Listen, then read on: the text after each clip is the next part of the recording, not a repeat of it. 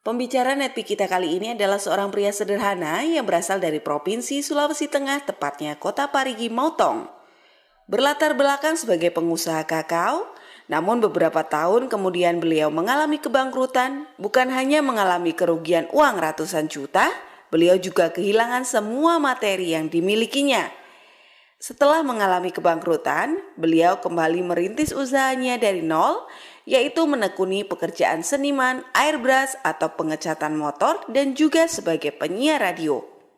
Namun Tuhan berkata lain, melalui perantara salah seorang karyawannya di airbrush, beliau diperkenalkan dengan bisnis Tiens. Walaupun pada awalnya beliau berpikiran negatif, tapi pada akhirnya beliau mengikuti jejak karyawannya itu dan membangun bisnis Tiens bersama. Dari kerja keras dan perjuangan beliau selama di Tiens, beliau berhasil mendapatkan reward mobil niaga, luxury car, dan juga jalan-jalan gratis ke beberapa benua di dunia. Selain itu, downline beliau juga telah berhasil meraih reward luxury car dan juga puluhan motor gratis. Dan saat ini beliau telah memiliki kebebasan waktu dan menikmati hidup bersama keluarganya. Dan bahkan masih banyak lagi impian yang akan beliau wujudkan melalui Tiens dan One Vision. Bagaimana proses perjalanan beliau menjalankan bisnis Tiens? Inilah success story dari Jumhar. Perkenalkan, nama saya Jumhar, latar belakang saya sebagai seorang seniman airbrush dan penyiar radio. Lahir dan dibesarkan dari pasangan ibu dan ayah saya. Saya dibesarkan di satu kota, tepatnya di Kota Parigi. Salah satu kota yang paling saya cinta, saya kagumi. Saya di Parigi itu tuh, sekolah saya juga di Parigi gitu ya. Saya dibesarkan di sana, tapi saya punya visi yang jauh di luar dari Kota Parigi. Yang sampai hari ini saya bisa berdiri dan ketemu Anda Bapak Ibu. Gitu ya. Nah saya di Parigi, saya besar di sana, tiba-tiba masa kecil saya di sana, SMP, SD saya besar di sana, tapi di masa sekolah, di SD itu saya seperti orang, masa SD saya juga biasa punya prestasi tersendiri ya. Biasa ada yang bilang kenapa? Karena memang dasar dari masa sekolah saya suka melukis, buat gambar, buat patung pasir di pantai gitu ya. Ada juara 1 lomba melukis, lomba menggambar, non-primer, itu dari kita semua gitu ya. Akhirnya SMP, tapi di SMP saya berapa kali pindah. Di Parigi 2 kali, terus di Palu lagi 2 kali. Mungkin ada yang bilang, guest speaker ini bodoh mungkin ya. Jangan salah. Hari ini saya sekolah mungkin kemarin pindah-pindah bukan karena saya bodoh saya bilang. Tapi karena mungkin lingkungan mempengaruhi saya. Saya harus sekolahnya di sini, pindah di sini, satu sekolah pindah lagi di sini, pindah lagi di sini. Itu lingkungan. Jadi lingkungan itu pengaruh sekali Pak. Masa kecil saya belum mengerti bagaimana tentang lingkungan itu berpengaruh. Tapi itu sudah dampak yang terjadi ke saya itu sudah luar biasa. Sudah menggambarkan kalau lingkungan itu berpengaruh. Dan nanti hari ini baru saya sadar. Jadi hari ini kita datang di sini, Anda mungkin diundang para pengundang Anda, mungkin disampaikan para sponsor Anda atau orang yang mengajak Anda, yang mungkin jauh-jauh datang untuk menyampaikan kalau hari ini ada pertemuan. Percaya mereka mengajak Anda ke lingkungan yang baik, yang positif, yang nantinya akan merubah masa depan kita semua di 1, 2, 3 tahun ke depan Bapak Ibu. Gitu ya. Itu lingkungan yang menurut saya dulu, saya sekolahnya pindah-pindah, akhirnya orang tua juga kesal ya, tiba-tiba dari sekolah sini ke sekolah sini. Tapi juga saya punya prestasi juga Pak di SMP. Saya juga tetap melakukan yang sama, menunjukkan ke orang tua walaupun kondisi saat itu saya berapa kali pindah. Nah, ini saya dulu masa kecil saya. Iwan Fals ya. Oh salah, Iwan Fals yang ini Iwan Fals, ini bukan. Har Fals. Jumhar Fals yang suaranya tidak layak jadi penyanyi. Gitu ya. Tidak layak. Tapi di atas panggung insya Allah bisa berbagi dan belajar bersama Anda semua Bapak Ibu di 1, 2, 3 tahun ke depan. Oke. Ini masa kecil saya, masa muda saya. Saya juga seperti kebanyakan orang, artinya di masa muda ikut-ikutan. Oh ini kita harus gondrong, gitu ya. Kita harus gondrong, kenapa? Ikut Iwan Fals. Jadi kayak begitu, kita ikut Iwan Fals, bermain segala macam. Tapi di saat saya, kondisi masih remaja ini, saya ingat. Gitu ya, saya ingat tiba-tiba saya ada satu orang di daerah saya, di kampung saya. Satu orang kaya di daerah situ. Dia artinya ngomong ke saya, kamu mau jadi karyawan saya? Saya tanya karyawan apa? Nanti kamu jadi tukang tagih, penagih hutang ya. Yang biasanya kalau ada yang ditagih hutang, kita baru ngomong sedikit, asbak sudah diangkat, betul? Mau utang sebentar gitu ya. Nah itu saya dulu, tapi masih anak-anak, maksudnya masih remaja. Akhirnya saya disuruh pegang satu toko untuk jual sepeda, elektronik, segala macam, televisi ya. Tapi anehnya, saya sebagai seorang karyawan, gaji saya tidak menentu. Saya tidak tahu gaji saya berapa harus dikasih, gitu ya. Jadi bos saya ini, saya tidak menyalahkan dia karena dia cuma ngomong ke saya, nanti kamu jadi jaga ini, jadi tukang tagih, tapi kamu tinggal di rumah saya. Saya bilang, oke, saya tinggal. Tapi ada 2 kerja. Yang satu jadi tukang tagih terus jaga toko, yang kedua ajarin anak saya. Tahu tidak anaknya harus diajar. Saya kayak guru privat juga, gitu ya. Saya ajarin yang SD, yang apa, jadi kayak begitu. Ya itu kerja saya. Terus lama-kelamaan saya berpikir juga, ini kalau kerja saya seperti ini kapan gajinya berapa kan tidak menentu, tidak ditahu. Nanti hari lebaran gaji saya. 1 tahun 1 kali. Tapi di hari-hari yang biasa ada tidak ada, tapi tidak menentu kayak biasa ya karyawan. Kalau hari ini kerja gaji kamu nanti sebulan kayak begini. Ada kan kayak gitu ya? Kalau yang karyawan ya, gitu ya. Yang harus gajinya seperti ini, walaupun dibanting, dimarah, disuruh, di segala macam, dihina, di apa, tetap karyawan dan gajinya seperti ini. Kenapa? Demi kebutuhan. Betul? Nah saya dulu kayak seperti itu.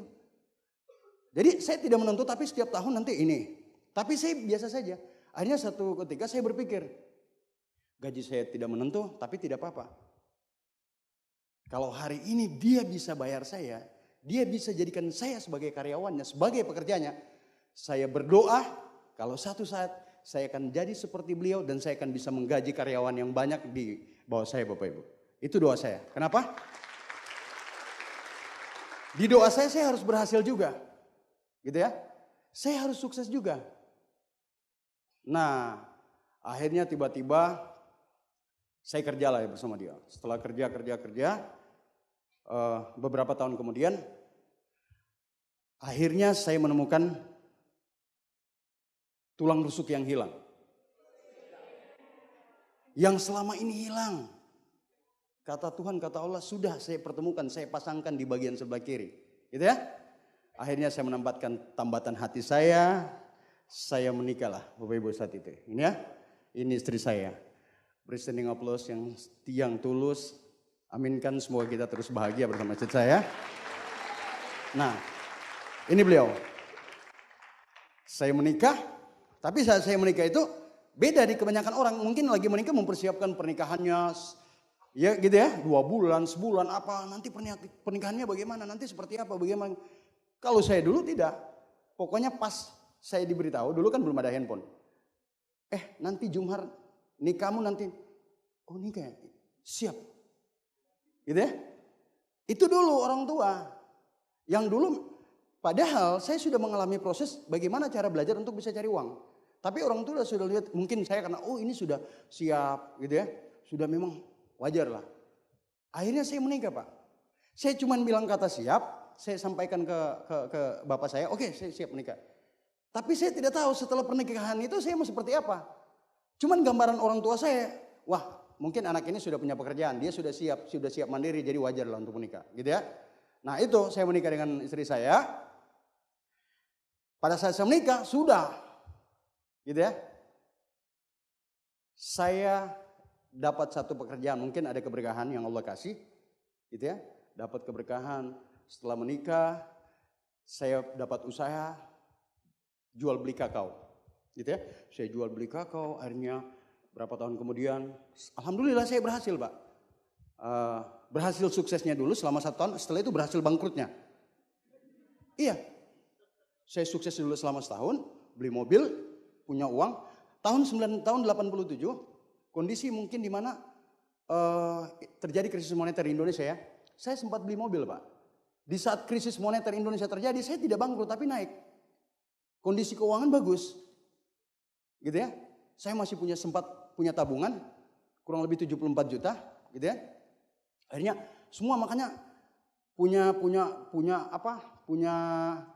tabungan, terus punya kursi sudut segala macam. Kenapa? Karena saat menikah itu, Pak, saya langsung tinggal di perumahan terindah. Perumahan mertua indah. Ada ya? Ada yang setelah menikah masih tinggal di perumahan indah? Tidak apa-apa, satu saat Anda bisa berhasil dan sukses juga ya. Gitu ya. Nah saya kayak begitu dulu, tinggal di perumahan mertua indah. Setelah itu pokoknya apa-apa. Di awal saya menikah belum dapat, saya flashback ke belakang, belum dapat pekerjaan. Saya tinggal sama mertua Pak. Tinggal sama mertua, dikasih makan mertua, yang penting sudah menikah yang biayai kan mertua. Buat apa saya menikah harus saya biayai? Yang kasih makan mertua, segala macam mertua Pak. Ajaib kan? Nah, akhirnya saya sadar juga saya cari pekerjaan. Setelah cari pekerjaan dapat tadi jual beli kakao. Dari jual beli kakao 1 tahun saya berkembang, 1 tahun kemudian saya bangkrut. Yang membuat saya bangkrut saat itu yaitu permainan togel. Ada kenal togel? Yang pasang 1.000 bayar 60.000? Oh dulu itu menanamkan impian paling kuat, cerdas cermat maksudnya. Gitu ya? Tulis JX23 dapat tembus 60.000. 4 kolom dapat 2,5 juta gitu ya. Jadi dari pagi sampai malam urusan saya itu baca ramalan. Betul ya? Kalau ketemu mimpi apa? Biasa teman saya bilang, saya punya mimpi apa? Ketemu kambing, dari kambing itu tiba-tiba dapat kuda. Kan dulu sionya binatang ya. Kuda, kambing, tikus, bla bla sebagainya macam ya. Jadi pada saat dia ngomong tentang binatang, akhirnya di 5 binatang saya cuma bilang yang binatang mana harus dipasang. Gitu ya. Nah, itu dulu yang saya lakukan. Akhirnya saya pasang kupon putih itu, togel itu, akhirnya dari yang 10.000, main 50.000, lama-lama sudah 100.000, lama-lama sudah main jutaan. Akhirnya sudah pasangnya 2,5 juta, 3 juta, bangkrut lah. Kondisi keuangan saat itu tabungan saya 74 juta tahun 98, gitu ya, 98, 74 juta, habis, mobil habis karena togel, gitu ya. Kursi sudut saya jual, yang saya beli parabola dulu saya jual, televisi yang ini saya jual, hampir mertua saya jual. Salah, hampir saya yang mertua jual. Akhirnya turun saya bangkrut Pak. Gitu ya. Jadi pernikahan saya saat itu memang luar biasa. Jadi pada saat saya bangkrut, saya pikir ini saya mau buat apa lagi nih. Saya sudah tidak punya modal habis. Gitu ya. Modal yang dikasih bos, di awal mungkin dibantu sama dari siapa? Dari orang-orang Cina, akhirnya karena togel saya habis. Saya bilang aduh ini kehilangan lagi nih. Akhirnya setelah beberapa lama saya nganggur, saya ditawari lah. Saya masuk dulu siaran. Jadi saya siaran gitu ya. Untuk menghibur diri kan. Saya jadi sebagai seorang penyiar yang dulu mungkin kalau biasa Anda dengar suaranya bagus, bla bla padahal kadang tidak sinkron dengan wajahnya, gitu ya. Suaranya bagus, merdu. Pas kita ketemu biasanya beda, gitu ya. Nah itu kayak yang namanya. Jadi itu yang saya alami dulu. Jadi pulang-pulang kalau siaran Pak. Pulang-pulang siaran. Datang ke rumah. Istri tanya, jadi bagaimana? Aman. Fans banyak. Bukan uang yang banyak, tapi fans yang banyak. Dulu ya, fans yang banyak. Akhirnya setelah sekian lama. Kita punya anak juga ya, setelah beberapa bulan. Mungkin istri saya lagi bosan kan. Bosan dengan kondisi saya yang mungkin kadang keluar malam, keluar sore, pulangnya malam, kadang larut malam. Ya kondisi yang namanya penyiar itu kan kayak begitu Pak. Anda mungkin ketemu penyiar, kalau angkat rumput, angkat sampah kan beda, tangannya harus gini, betul tidak? Dijaga jangan kotor, buang sedikit, lap, betul ya? Walaupun kondisi keuangan di kantongnya itu tipis, yang penting gengsinya tinggi, betul? Nah itu yang saya alami, saya tidak tahu kalau penyiar kota-kota besar ya, kalau di kota saya seperti itu. Nah, jadi makanya pada saat kondisi seperti itu, akhirnya istri saya satu saat saya pulang ke rumah dengan kondisi saya semangat, fans banyak, telepon kiri kanan bagaimana, gitu ya. Nah dulu nama siaran saya itu kan Egy Kurniawan. Asik ya, hampir-hampir Hengki Kurniawan. Kalau iya kan, ini kan siaran, kalau jadi dikenal itu Bang Egy, bangga kan kayak Bang Egy, gitu ya.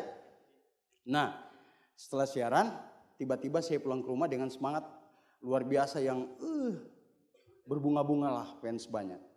Setelah sampai di rumah, terus istri saya ngomong ini. Assalamualaikum, waalaikumsalam. Istri saya kondisinya tenang Pak. Dengan anak saya mungkin yang masih berapa bulan. Dia ngomong ke saya gini. Pak boleh bantu saya? Saya tanya bantu apa? Carikan saya pekerjaan. Buat apa cari pekerjaan? Saya bilang cukup suamimu ini yang setia dan bahagia. Yang cuman siaran. Kan kita sudah tinggal di pondok mertua indah. Yang kasih makan kan mertua. Yang kasih beli susu kan mertua. Gitu ya. Yang beli apa-apa kan mertua. Jadi kita tenang saja. Saya tanya lagi, buat apa cari pekerjaan? Buat kasih ini. Siapa? Buat anak ini. Untuk apa? Untuk beli susu. Saya sadar, kayak disambar petir. Saya bilang, ya Allah, istri saya mau cari pekerjaan untuk beli apa? Beli susu. Saya akhirnya sadar, iya ya, masa selama ini cuma saya terus yang minum susu? Susu bendera maksudnya, gitu ya. Yang positif susu bendera, gitu ya. Ada cap nona, cap bendera, kan gitu ya. Saya sadar, iya kan selama ini kok saya bisa. Akhirnya saya berpikir, iyalah. Tapi malam itu saya berpikir, saya ini seorang penyiar, terus saya tiba-tiba orang yang pokoknya karena fans banyak, jadi kondisi memang pergaulan jadi semakin ini ya. Akhirnya saya bilang, saya mau pekerjaan apa? Saya bilang ini modal tidak ada, saya mau buat apa? Ya saya bilang sudahlah, malam-malam saya berpikir, saya dapat solusi. Akhirnya besok saya datang ke tempat paman saya. Ke om saya ya, saya datang ke sana, saya berpikir ya sudah saya kerja di paman saya lah. Saya datang ke sana, saya cuma bilang gini, saya salam, assalamualaikum, waalaikumsalam. Saya bilang, ditanya mau apa? Saya bilang, tolong saya. Tolong apa? Saya mau cari pekerjaan. Pekerjaan apa? Kan penyiar. Ini lebih sadis lagi paman saya. Kan penyiar, buat apa kerja? Sudah punya anak, punya istri, kan penyiar. Jadi untuk apa kerja? Itu kan singgung sekali, betul tidak? Jadi terasa sekali Pak. Sakitnya itu betul-betul sampai di sini. Betul ya? Jadi terasa saya bilang, tapi tidak, saya mau kerja. Jadi bagaimana? Ya paman saya bilang, ya sudahlah.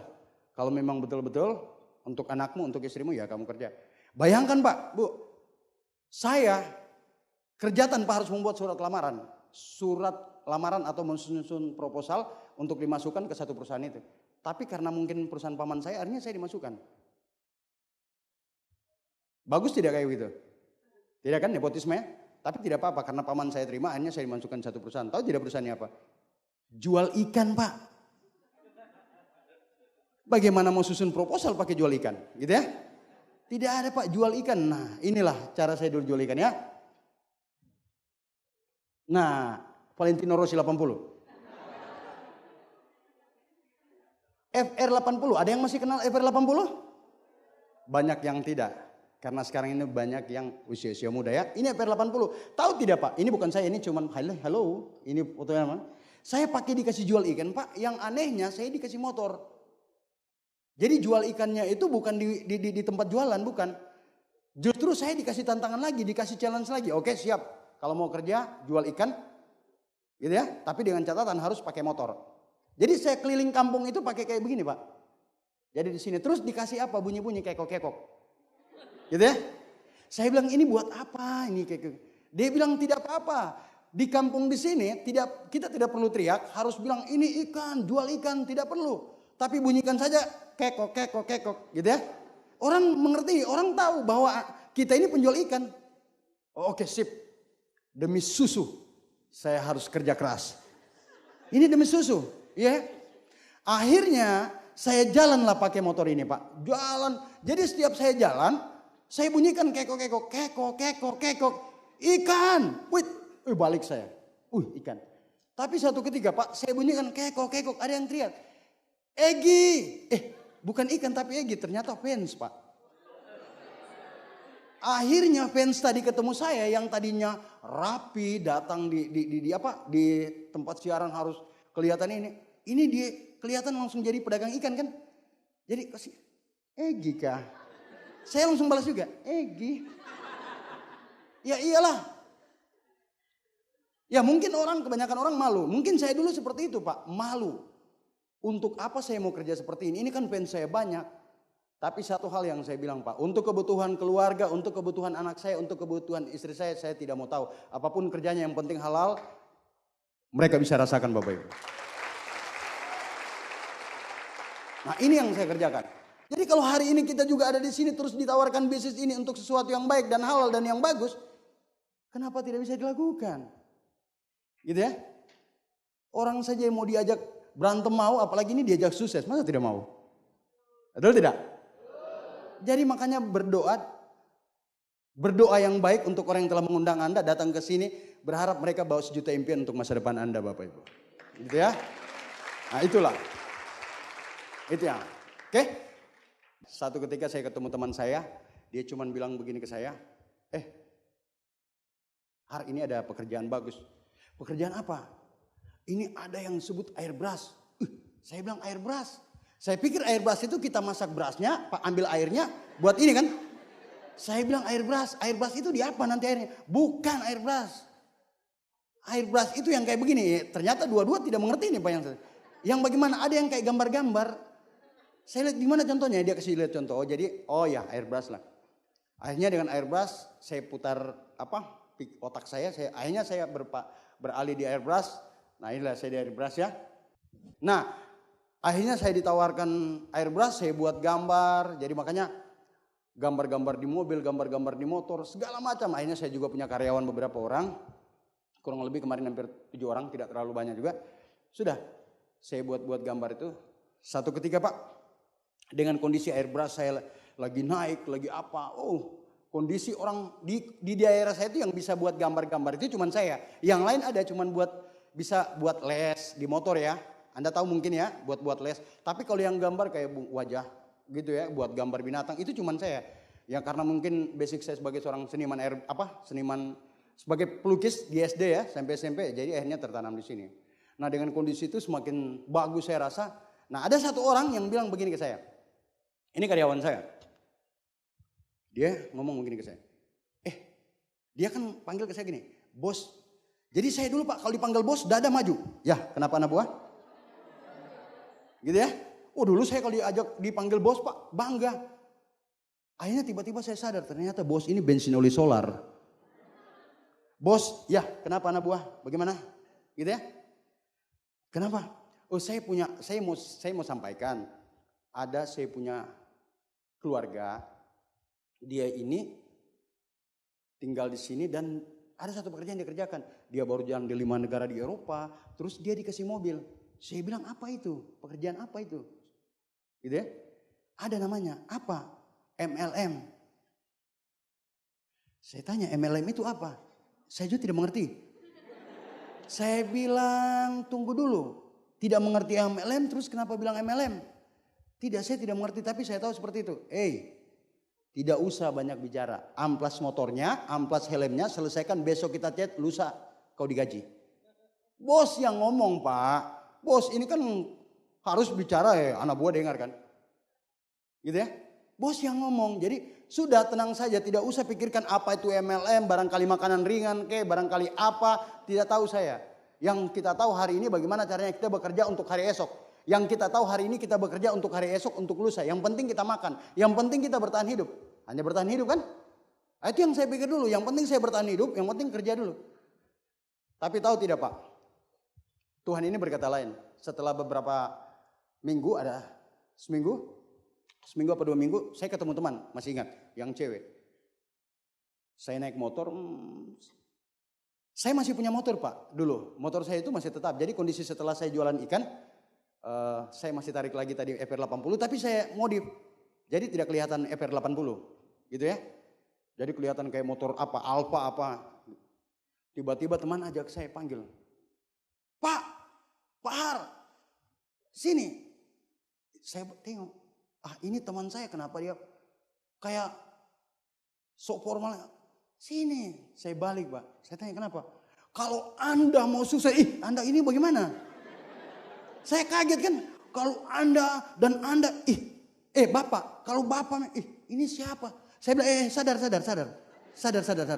Dia tanya, kenapa? Har, bukan Bapak. Oh iya, kalau akhirnya kembali ke Sulawesi, kalau Komio jalankan bisnis, Komio stabil saya bilang. Gitu ya. Kalau Komio jalankan apa? Saya jalankan apa? Ada bisnis bagus nanti merubah masa depan nanti sukses bla bla. Apa itu? MLM. Pas saya tanya apa MLM? Saya juga belum mengerti, cuma ada upline saya dalam. Saya bilang luar biasa tidak mengerti tapi dia presentasi saya luar biasa. Kondisi saat itu mereka lagi meeting Pak. Saya bilang MLM. Saya teringat karyawan saya. MLM. Akhirnya tahu tidak?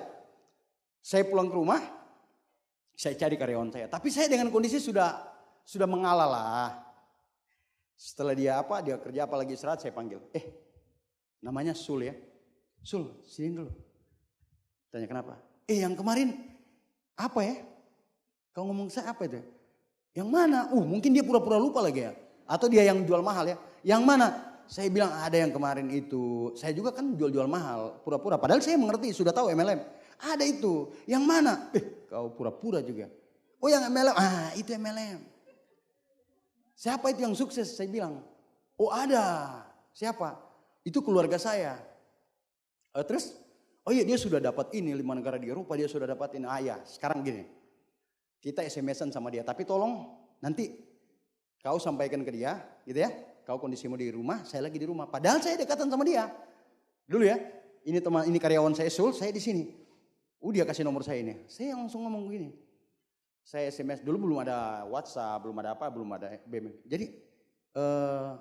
Assalamualaikum. Bapak. Pokoknya saya. Belum ada kata-kata yang aneh. Saya bilang, pokoknya saya bilang hebat lah apa segala macam. Dia bingung. Ya waalaikumsalam, maaf sebelumnya ini dengan siapa? Dengan saya Pak, saya ini. Pokoknya dengan semangat ini. Karena sudah mulai ini karena ini iming-imingnya luar biasa ya satu karyawan saya ini. Akhirnya karyawan saya lagi bilang, dia sampaikan, nanti kalau ada yang SMS kayak begini, itu bos saya. Padahal saya cuma dekatan Pak sama dia, gitu ya. Terus dia jawab, iya ini baru saya di SMS. Jadi kita SMS sama dia, Pak kita dekatan tapi seakan-akan jauh. Jadi itu yang terjadi Pak, akhirnya Pak. Lalu tidak, hanya butuh waktu 2 hari, saya tidak sabar. Saya bilang ini bisnis apa, saya dikasih nonton videonya, bla bla sebagainya. Terus kita teleponan sama dia Pak. Saya telepon sama dia, saya langsung telepon. Saya bilang, halo assalamualaikum, salam apa kabar Pak? Ini saya sudah nonton Bapak, luar biasa saya nonton di komputer. Di komputer mana? Mungkin dia pura-pura ini juga tahu ya. Komputer mana? Saya bilang ada konferensi di Jakarta ini luar biasa. Saya lihat Bapak kan yang pakai baju kuning kan. Oh iya betul saya. Luar biasa bla bla. Putus cerita, malam kita sambung lagi telepon dengan beliau. Setelah malam kita teleponan, saya cuma bilang Pak saya mau bergabung. Saya tahu saya mau bergabung di bisnis ini. Terus dia ngomong apa tidak?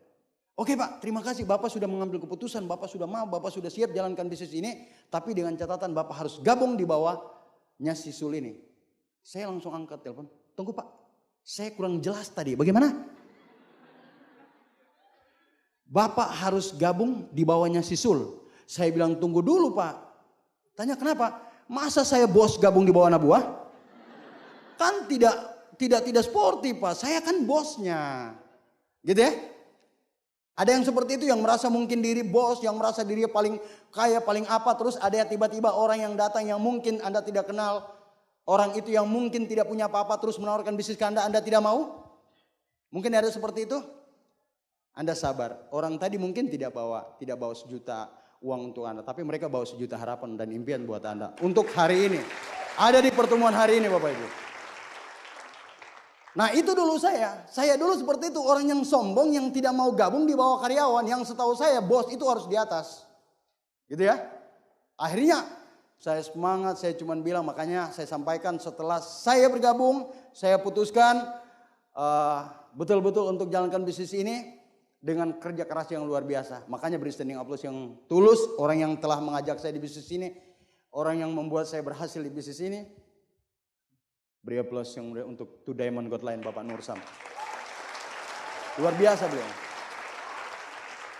Beliau ini mengajarkan saya bisnis ini, mengajarkan tentang integritas seluruh dari ujung kaki sampai ujung rambut. Beliau ini luar biasa. Orang yang menjadi panutan saya. Oke? Tapi di awal pada saat saya bergabung, saya sudah nyatakan sikap saya bergabung di bisnis ini. Terus upline saya bilang, oke, nanti kita akan ketemu Pak ya. Baik. Tapi saya belum terlalu mengerti ya. Tiba-tiba upline saya masih ingat juga isi PS di Palu. Terus apa yang saya datang, gitu ya. Saya tidak ikut PS Pak, tidak ikut pertemuan kayak begini. Jadi itu sebuah penyesalan yang besar. Terus apa yang saya ngomong kan, SMS ke saya, Pak lagi di mana? Saya sekarang lagi di tempat pertemuan, saya lagi mau ngisi acara. Kebetulan PS Perdana Palu ya. Saya bilang, oh iya. Tapi jangan ikut saya, jangan ikut gaya saya dulu. Saya dulu mungkin bisa dibilang, makanya bisa dibilang kalau bisnis saya itu agak lambat. Kenapa? Saya sudah sedikit berbohong lah ke upline saya. Di mana? Oh iya, saya siap Pak. Dulu saya kan belum mengerti bagaimana cara ngomong ke panggil upline. Itu dulu masih Bapak. Oh iya Pak, lagi di mana Pak? Sekarang saya lagi di Palu. Bapak di mana? Gitu ya. Pada saat saya bilang saya lagi di sini, saya nanti siap-siap berangkat. Sampai di ruangan Pak upline saya terus SMS lagi. Di mana Pak? Saya bilang iya, nanti saya ke situ. Tapi tahu tidak, saya dalam kamar Pak, angkat kaki terus telepon, iya Pak nanti saya ke situ. Saya berbohong kan? Nah, tapi jangan ikut ya, itu kondisi salah. Jadi saya cuma bilang, akhirnya di habis pertemuan, beliau sempat sampaikan ke salah satu yang tawarkan bisnis saya, keluarganya ya.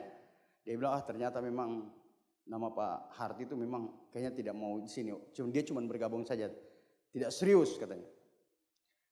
Mungkin Tuhan juga berkata lain. Beliau itu datang akhirnya. Ternyata malam dia telepon saya, Pak nanti saya menuju Parigi ya. Saya bilang oke. Kalau menuju Parigi, nanti kita ketemu di Parigi Pak. Oh iya. Tahu tidak, setelah sampai di Parigi kan beliau juga punya keluarga. Apalagi saya punya keluarga di Parigi. Beliau datang, akhirnya saya teleponan dengan beliau. Pak bisa bawa orang? Oh bisa. Saya tanya, berapa banyak? Terserah, saya mau bawa 40 orang. Ih, jangan 40 Pak, kalau 40 sudah OP itu. Iya kan? Kalau 40 orang itu bukan no meeting tapi OP. Saya bilang, tidak apa-apa Pak. Karena saya semangat saya mau ketemu mana orang penerima mobil terus 5 negara di Eropa ketemu langsung kan gitu ya. Akhirnya saya bawa orang. Terus saya tanya lagi, Pak yang tua-tua bisa tidak dibawa? Dibawa saja Pak, yang sakit-sakit dibawa. Oke, akhirnya tahu tidak, saya tarik yang asam urat semua. Mari Pak. Saya bawa Pak, dari yang sakit-sakit, asam urat, sakit persendian, segala macam. Saya dulu tidak banyak mengundang. Kalau sekarang kan luar biasa, mahasiswa kan yang punya prestasi, usia masih muda, yang mungkin satu saat nanti dengan emosi yang kuat Anda bisa punya pencapaian yang lebih besar. Kenapa? Karena masih punya kesempatan besar sekali untuk mencapai sukses. Saya dulu tidak, saking semangat, saking emosi, orang tua yang saya ajak Pak, yang paling banyak asam urat. Pokoknya jalan, ini mau kemana Pak? Mau kemana Har? Sudah kita meeting dulu. Tahu tidak, setelah meeting ini bukan dibahas tentang bagaimana kesehatan, tapi dibahas impian. Orang-orang tua kan yang dulu kan tidak tahu bagaimana impian. Ini umur sudah lanjut Pak sebagian. Iya, pokoknya bisnis. Pas pulang, yang sebagian orang-orang tua itu marah di saya. Katanya untuk pengobatan, tapi dibahas impian-impian apa? Asam urat saya tambah tinggi naik. Saya bilang tidak apa-apa. Yang penting iya sudah. Nah, akhirnya saya ketemu dengan beliau. Nah ini peran beliau. Akhirnya saya berjuang juga dengan beliau. Saya tanyakan bagaimana cara saya bisa berhasil.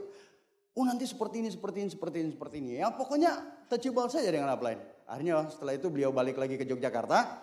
Saat itu beliau di sini ya. Dia balik ke Yogyakarta. Itu hubungan saya sama beliau Pak. Tidak putus-putusnya pada saat beliau pulang. Gitu ya. Pak pokoknya seperti itu yang namanya upline. Di saya cuma bilang itu luar biasa. Beliau telepon ke saya itu tidak habis-habisnya. Pak harus seperti ini, harus seperti ini. Jadi saya berjuang Pak. Saya kerja keras. Nah saya masih ingat, saya kerja keras, itu saya berjuang saya gabung di tahun 2008 ya.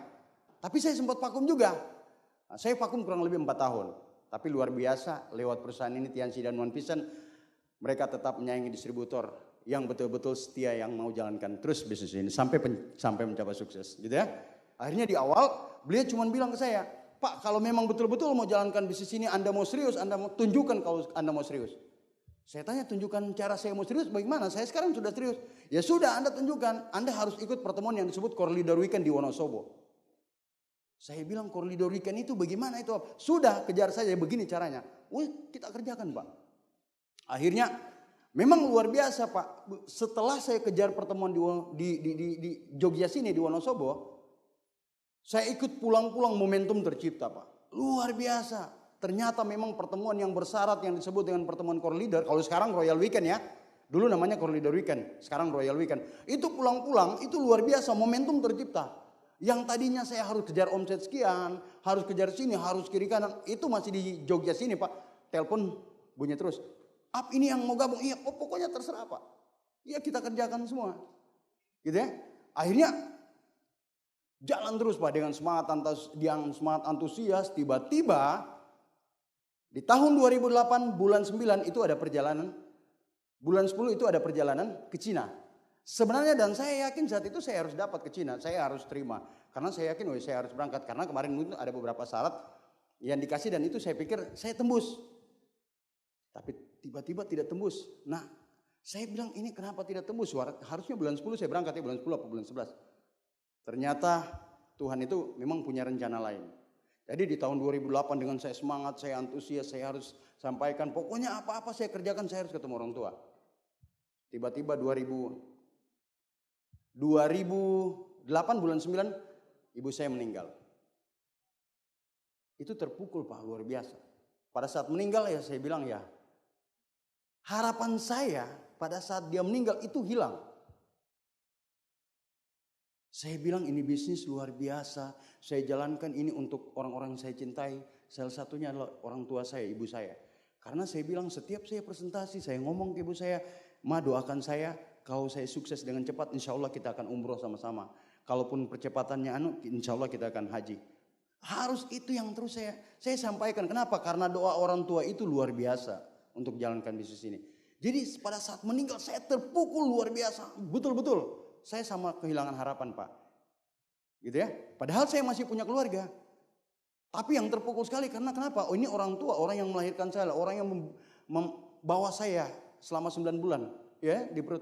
Ini yang membuat saya bilang tidak. Bisnis ini tidak akan saya lanjut. Kondisi bisnis saat itu saya masih posisi bintang 6. Bintang 6 saat itu. Orang tua saya meninggal. Maaf ya, saya cuma mau bilang karen dulu saya. Saya bilang itu sudah mencapai 200 juta. Itu hilang Pak. Sudah saya bilang saya berhenti di bisnis ini. Tidak ada lagi harapan saya di bisnis ini.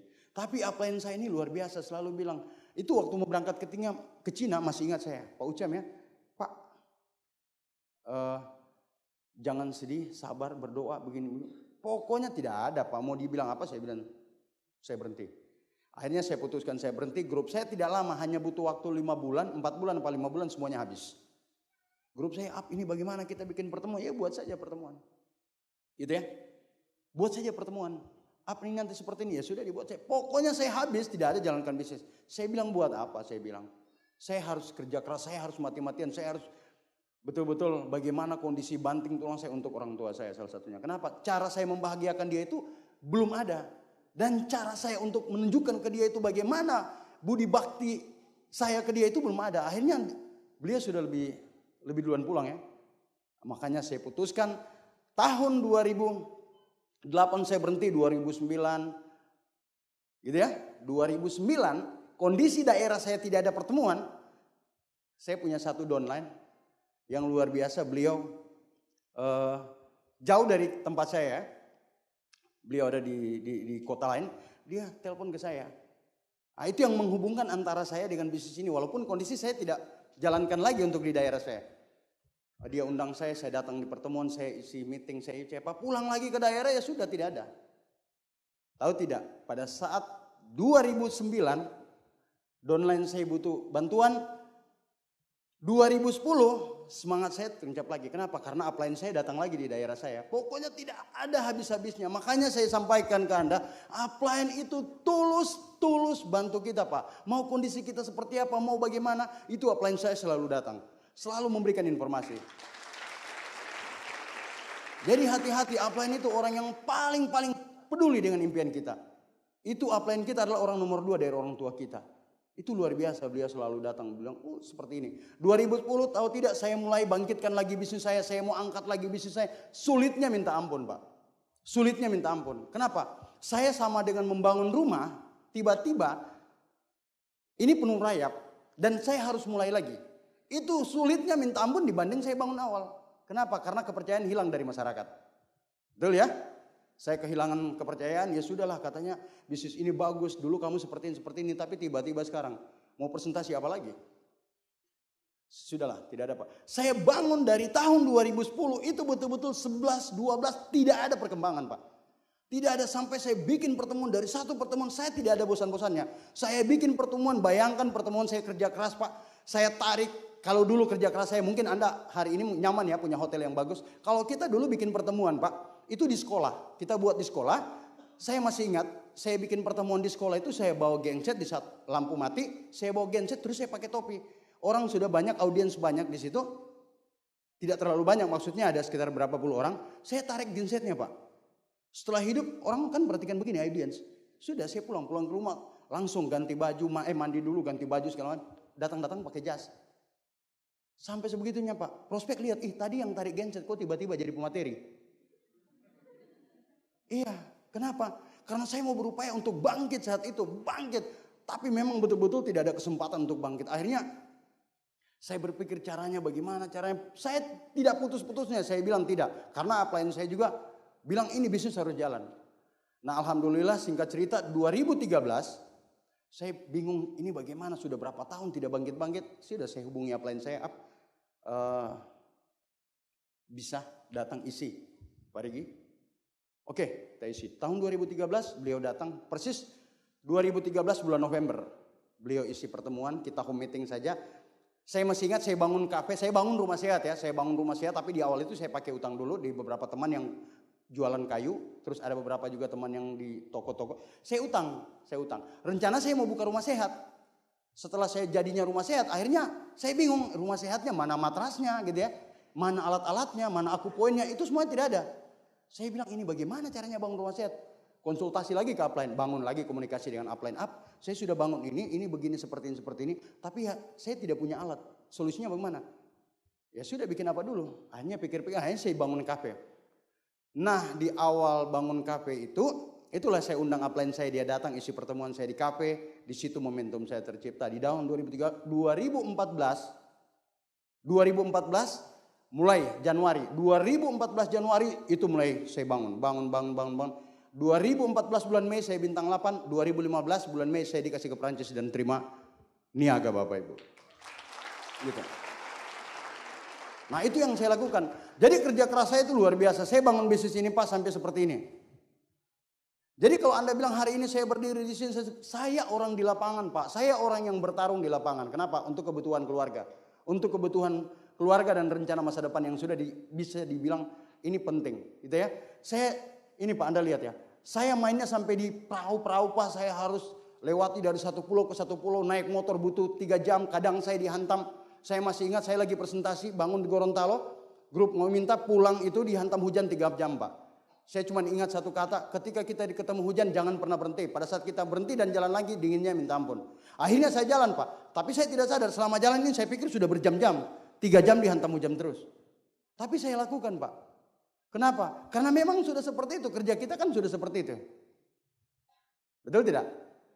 Kerja kita kan presentasi di lapangan. Harus jalankan bisnis ini betul-betul. Mempresentasikan ke orang. Saya kerjakan ini Pak, saya tidak tahu. Dari motor ke motor. Saya pernah ingat saya semangat presentasi. Saya presentasi ibu-ibu. Itu tahun 2014. Ini bisnis bagus. Bla bla bla bla. Pokoknya tidak ada saya buat. Tahu tidak? Ibu-ibu itu lihat begini. Semangat. Banyak orang kan. Terus setelah itu saya tanya. Jadi bagaimana Bu? Iya Bang. Terus dia tanya. Kan ibu-ibu ini Bugis ya. Dek bisa kita beli teh? Saya bilang beli teh. Ini semangat kan. Beli teh Bu. Iya beli teh. Terus ibu daftar tidak? Tidak. Jangan. Kenapa? Ibu lihat kalau ibu beli teh dan ibu tidak daftar. Ibu baca di teh situ ada tulisannya BPOM. Badan Pengawasan Obat dan Makanan. Kalau ibu beli teh dan tidak daftar. Kita ditangkap sama-sama Bu. Luar biasa tidak? Luar biasa bodohnya kan? Luar biasa bodohnya Pak. BPOM, Badan Pengawasan Obat dan Makanan. Padahal tidak ada urusannya. Anda mau beli teh 2 karung kan bisa. Anda mau beli teh 1 kontainer tidak perlu daftar tidak ada masalah. Yang untung kan upline. Gitu ya. Yang untung kan distributornya. Tapi karena saya semangat Pak. Saya tidak mau tahu kertas itu basah dengan ludah semua. Oh bisa, pokoknya luar biasa. Terus yang satu saya jadi saya tanya. Bu jadi bagaimana kira-kira tehnya? Iya kita daftar 1 yang 55 bisa tidak ikuti saya? Bisa. Yang penting daftar dulu. Jadi saya seperti itu Pak. Jadi kondisi bisnis pada saat saya lakukan dan saya sementara Airbus pokoknya ada yang datang Pak. Jadi kalau ada yang bilang, Pak, harus saya mau cat motor, mau Airbus. Oh boleh berapa orang?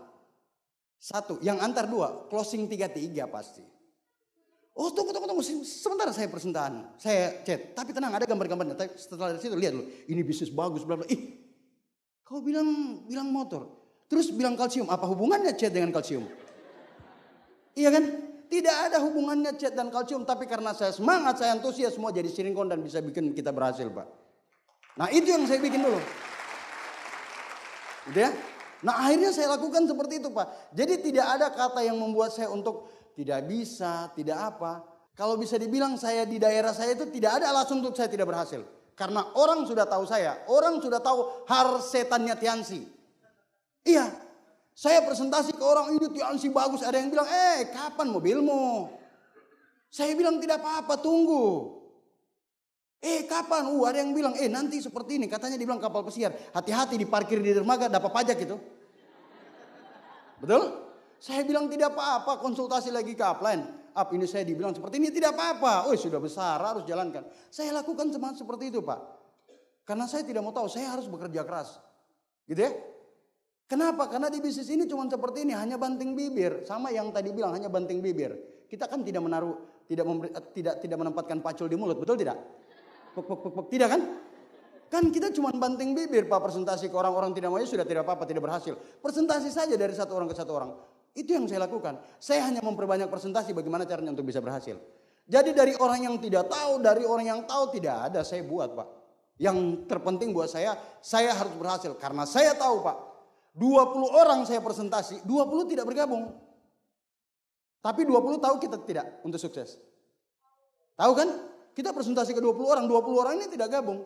Tapi 20 mengerti kapan Anda sukses. Betul? Itu yang tertanam di pikiran saya. 20 saya presentasi, banyak orang saya presentasi. Bahkan ada yang bilang, kapan suksesmu, kapan berhasilmu, kapan mobilmu, kapan keluar negeri. Selama ini cuma Palu Poso, Palu Parigi. Saya bilang tidak apa-apa. Dan itu yang tertanam. Dan itu yang membuat saya harus kerja keras.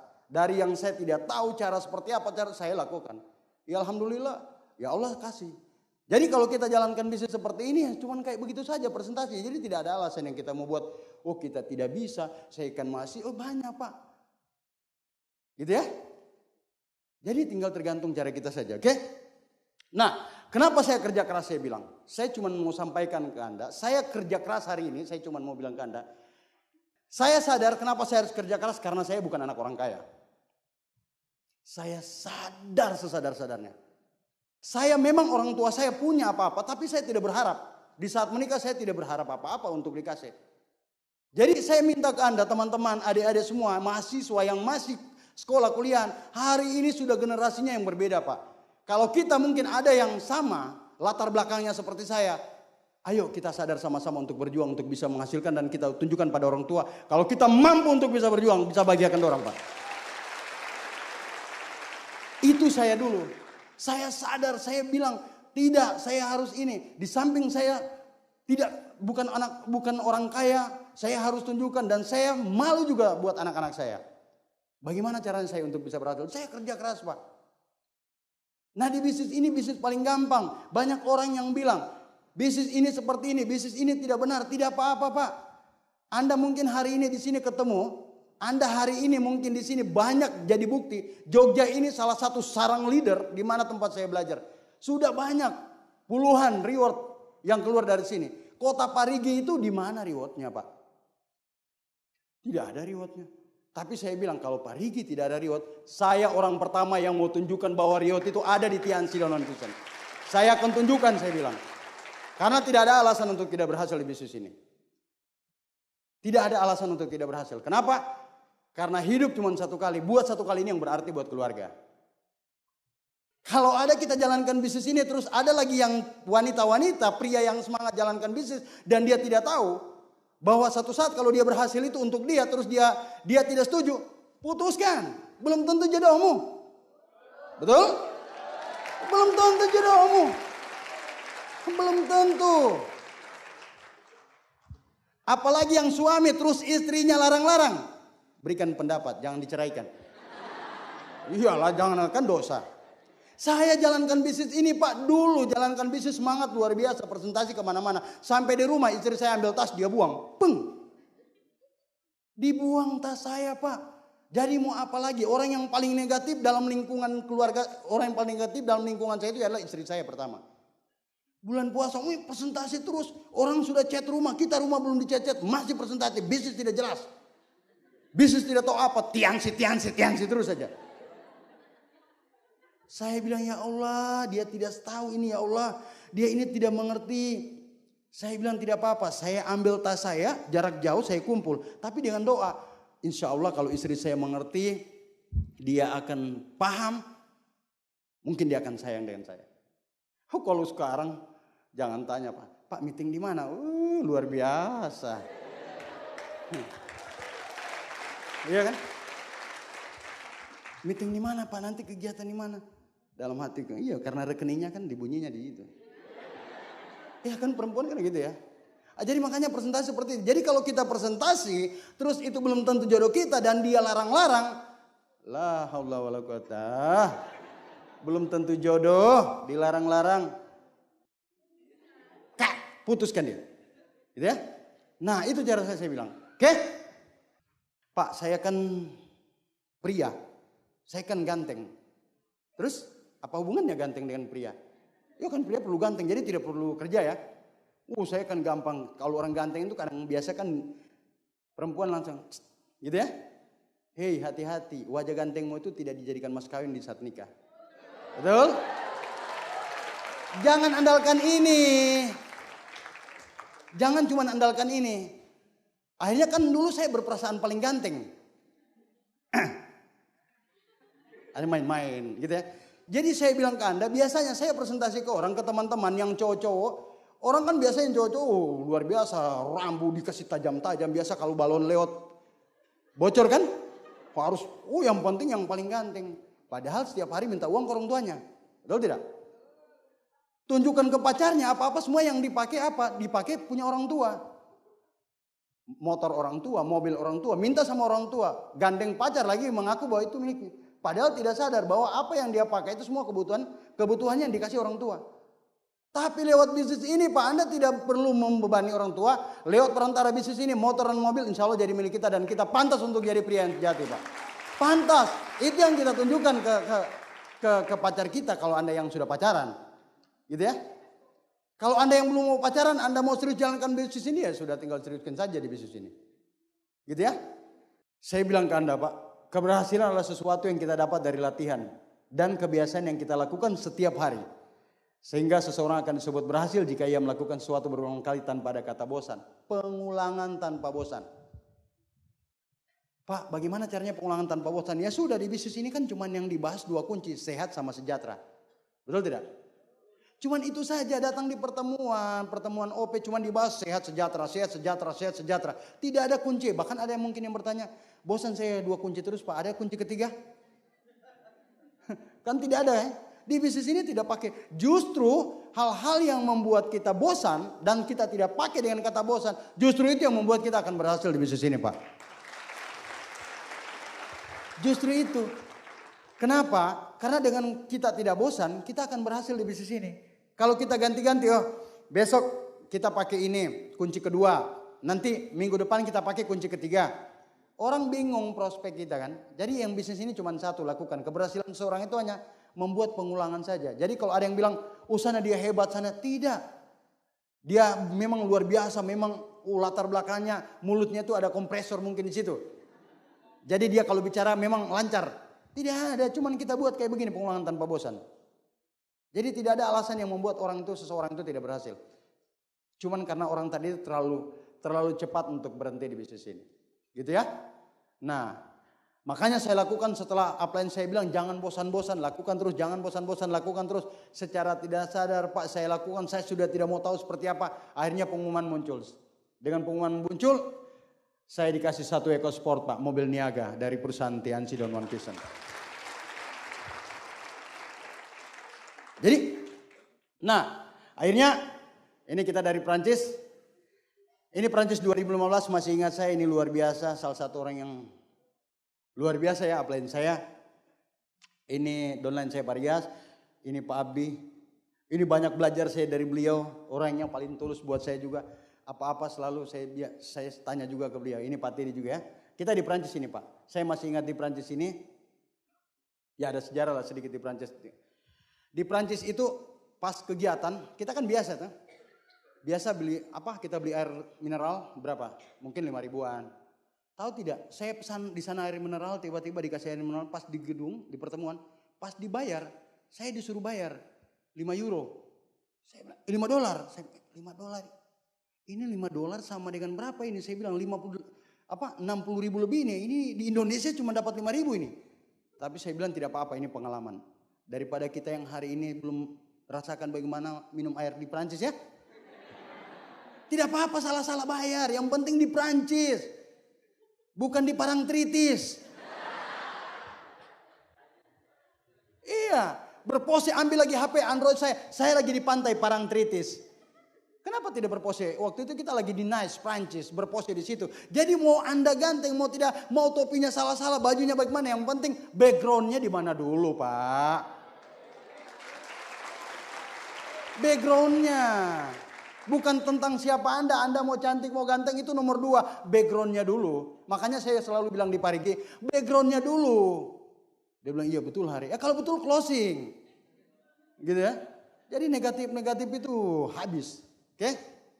Nah berikut saya di Cina. Saya cuma bilang di Cina, kenapa saya suka taruh foto Cina? Saat saya datang di Cina, Pak, saya lihat banyak negara Indonesia melambaikan bendera, mereka pemenang, mereka adalah perai-perai.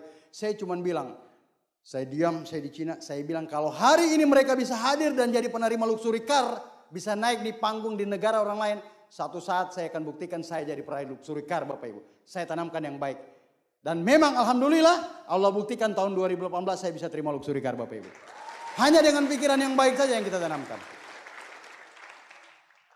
Kenapa? Makanya dibilang the law of attraction. Anda membuat sesuatu yang ditarik dalam pikiran kita. Jadi tidak ada. Di bisnis ini tidak perlu hebat. Tidak perlu kita harus menguasai. Tidak perlu apa-apa. Tidak perlu terlalu jadi ini. Ikuti saja langkah-langkah yang sudah disarankan oleh Tianchi dan Wan Vincent. Nah itu yang saya pakai, Pak. Oke? Saya cuma mau bilang ke Anda. Hari ini kita sudah ada sama-sama di bisnis ini. Kita sudah lihat pertemuannya. Kita sudah bisa tertawa riang. Kita sudah bisa tahu. Nanti seperti apa. Tapi satu hal yang perlu saya tanya, Pak. Sudah seberapa besarkah kita sudah bahagiakan orang tua kita?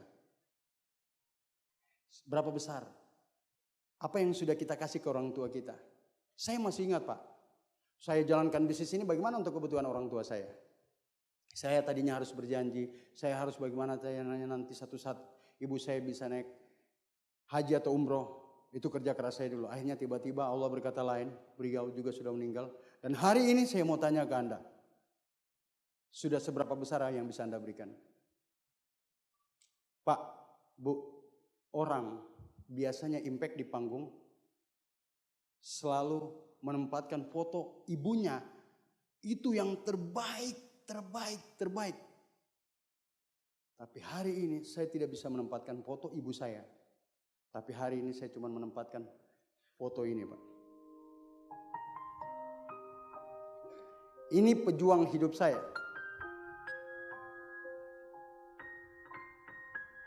Orang yang luar biasa. Yang membuat saya besar tumbuh di bisnis ini, Pak. Sekarang saya mau tanya ke Anda. Apa yang sudah Anda kasih ke orang tua Anda?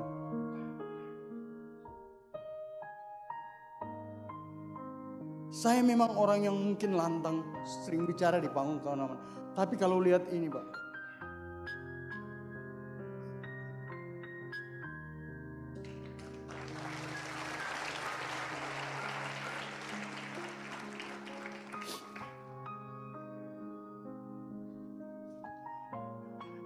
Ini setiap saya kerja keras, Pak. Beliau selalu bilang, kerjalah. Satu saat kau akan berhasil.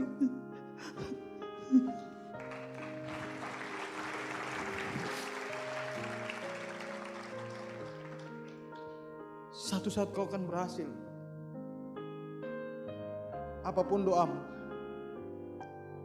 selalu mama doakan. Kerjakan sesuatu yang menurut kau baik dan halal. Sekarang saya mau tanya ke Anda. Sudah seberapa besarkah Anda sudah bahagiakan ibu Anda? Sudah apa yang Anda kasihkan pada ibu Anda?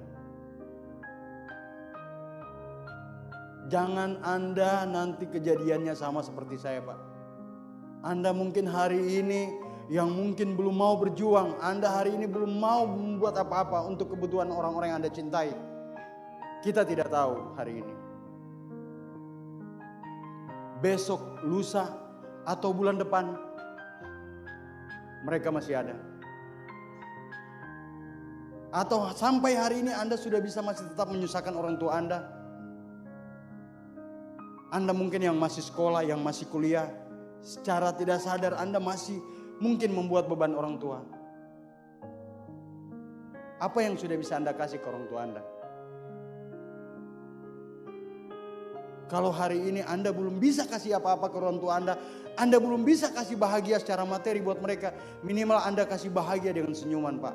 Karena kerja keras orang tua Anda dari pagi sampai malam, pagi sampai malam, pagi sampai malam hanya untuk kebutuhan Anda, Pak. Mungkin hari ini kita tidak sadar apa yang mereka lakukan di kampung, apa yang mereka lakukan di daerah sana. Anda yang mungkin kuliah jauh-jauh di Jogja sini. Apa yang sudah Anda berikan, Pak? Jadi hari ini saya minta ke Anda, ayo kita sama-sama, kita renungi sama-sama.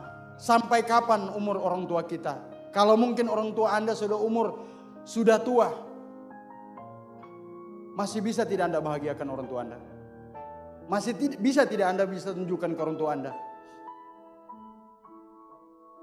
Saya cuma mau sampaikan ke Anda, saya mau mengajak Anda, perusahaan ini, usaha ini membuat orang tadi bisa mendapatkan apa dengan cara yang cepat. Jadi kalau hari ini Anda belum bisa kasih apa-apa ke orang tua Anda mesti sadar saat sekarang.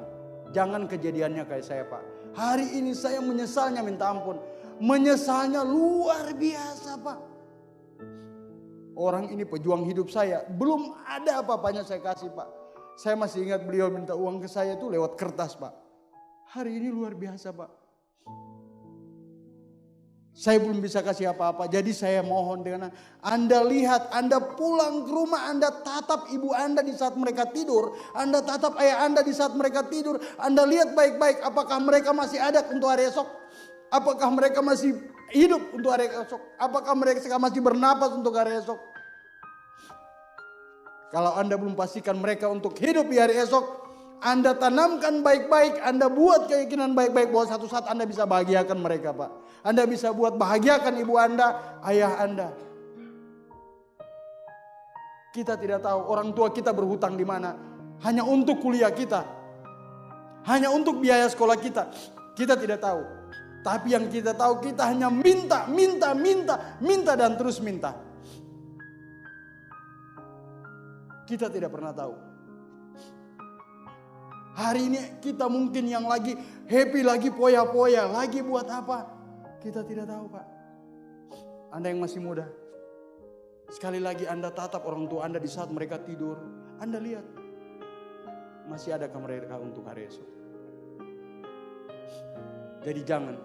Kejadian ini sangat berkesan buat saya, Pak. Jadi saya kalau lihat ini luar biasa.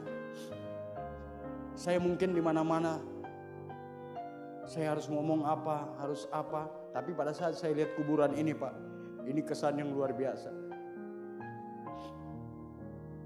Ini yang membuat saya sempat vakum selama 4 tahun.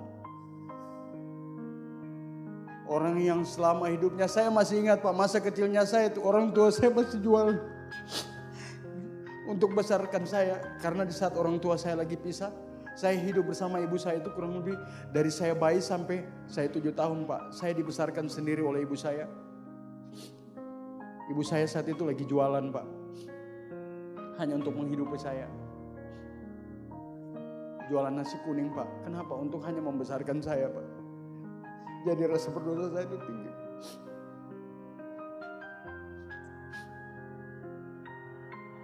Ini luar biasa, Pak. Pejuang hidup saya, orang yang membesarkan saya.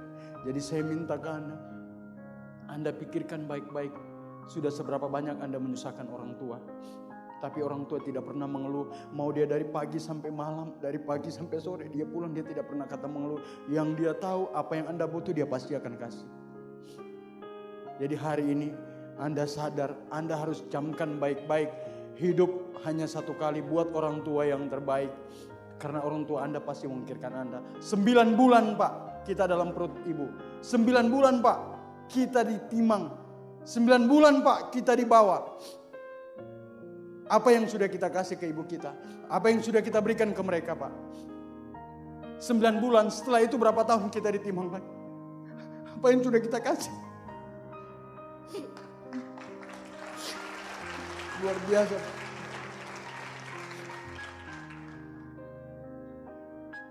Saya ingat juga masih kecil saya diajak Pak. Hanya untuk makan Pak, ibu saya ajak saya Pak jalan. Kita jualan Pak. Kita jualan keliling Pak. Saya masih ingat. Ini pejuang hidup saya.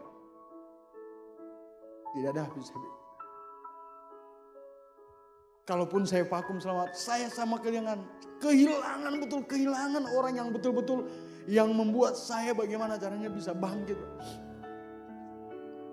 Saya merasa hari ini belum ada yang bisa saya kasih ke orang tua saya.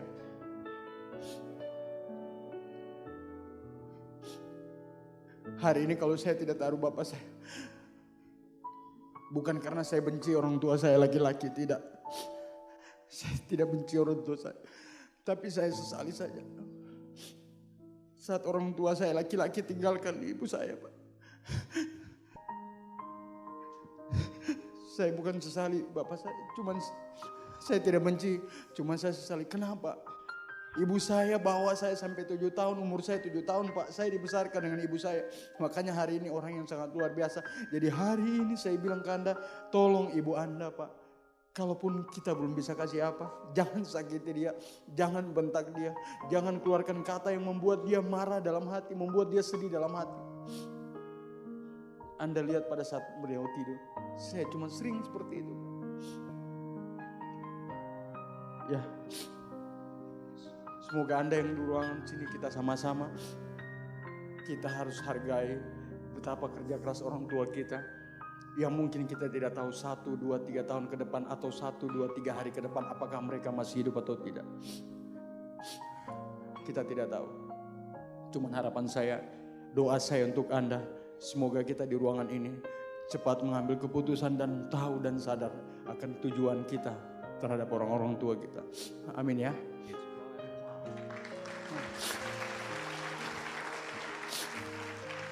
Oke Bapak Ibu.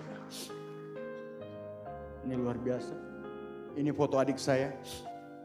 Kita cuman berdua. Saya sama beliau. Jadi kalau ditanya, saya keluarganya berapa? Saya cuman 2 Pak. Kita dua-dua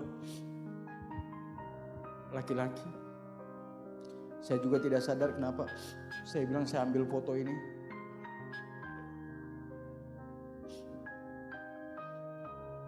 Adik saya itu waktu itu terpukul Pak.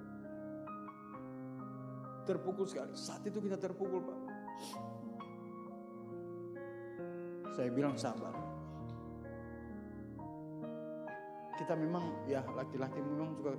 Tapi kalau kita harus ngomong tentang ibu. Siapapun dia Pak. Saya orang yang mungkin lantang di mana-mana. Saya harus ngomong apa, saya harus bicara. Saya memang kolerik. Tapi kalau bicara satu orang ini, ibu ini Pak, saya tidak luar biasa. Ini yang membuat saya vakum. Tapi ya alhamdulillah saya sadar kembali. Dan saya berdoa kita yang hari ini ada di ruangan ini, kita doa sama-sama untuk orang tua Anda yang mungkin juga sudah tidak ada. Orang tua Anda yang sudah di alam sana, Anda doakanlah yang terbaik. Semoga beliau di alam sana melihat kerja keras kita, melihat tugas kita. Dan semoga kita semua itu akan menjadi harapan terbesar buat mereka Bapak Ibu. Oke. Terima kasih. Nah, tapi di saat saya kehilangan ini saya vakum, saya bangkit lagi. Buat siapa? Saya bangkit lagi pada saat saya orang tua, saya meninggal, saya merasa kehilangan. Tapi saya bangkit lagi Pak. Saya bangkit lagi buat siapa? Buat mereka ini. Buat mereka ini Pak. Kalau dulu saya sempat vakum, saya dulu pernah kehilangan visi, saya dulu pernah kehilangan harapan, saya dulu habis tanpa ada apa-apa. Karena saya kehilangan satu orang yang paling saya cinta, orang yang paling saya sayang, orang yang paling saya kagumi. Tapi hari ini saya bangkit berjuang di lapangan Pak. Saya tunjukkan pada dunia untuk 2 orang ini. Anak saya ada 3, untuk yang laki-laki Saya berjuang untuk mereka, Pak. Hari ini anak saya kuliahkan di Malang. Saya bilang, jalankan bisnis ini, Pak. Beliau hari ini ada dalam ruangan juga. Hari ini saya cuma bilang, kerja keras saya, Pak. Tidak ada apa-apanya. Mau saya ditolak 1 kali, 10 kali, 100 kali, bahkan ribuan kali, Pak. Saya tidak pernah menyerah hanya untuk senyuman 2 orang ini, Pak. Saya tidak pernah menyerah. Saya tidak pernah menyerah. Saya tidak pernah kalah. Karena tidak ada apa-apanya penolakan 100, 200, 300 kali. Hanya untuk senyuman orang-orang ini, Pak. Anda bagaimana? Kapan Anda bisa bahagiakan orang tua Anda yang tercinta? Ibu Anda, ayah Anda, keluarga Anda, adik Anda. Kapan? Hari ini saya mau katakan ke Anda, penolakan saya yang dulu orang bilang tidak ada apa-apanya. Bisnis tidak benar, bisnis tidak jelas, tidak ada apa-apanya, tidak ada ininya. Saya kerja keras, saya berjuang, saya bangkit untuk mereka, Pak. Kalau ditanya, saya pernah rontok, grup saya habis, grup saya hilang.